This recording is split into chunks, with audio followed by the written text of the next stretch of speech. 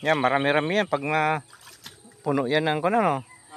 Mga ilang isda kayang pwede dyan. Kaya ba dyan 100? Mga hito? Mga 200. Sikip na siguro.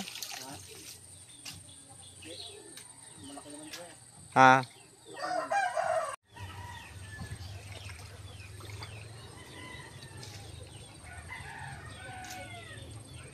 Yung anak ng palaka parang hito, no? Style parang oo. Pero kung may nakita tayo dyan na may natira talang hito, lamang mga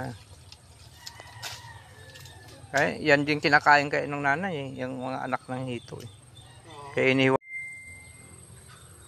Yan, medyo malawak na rin yan, malapad na itong gagawing pispan pagkawala ng hito.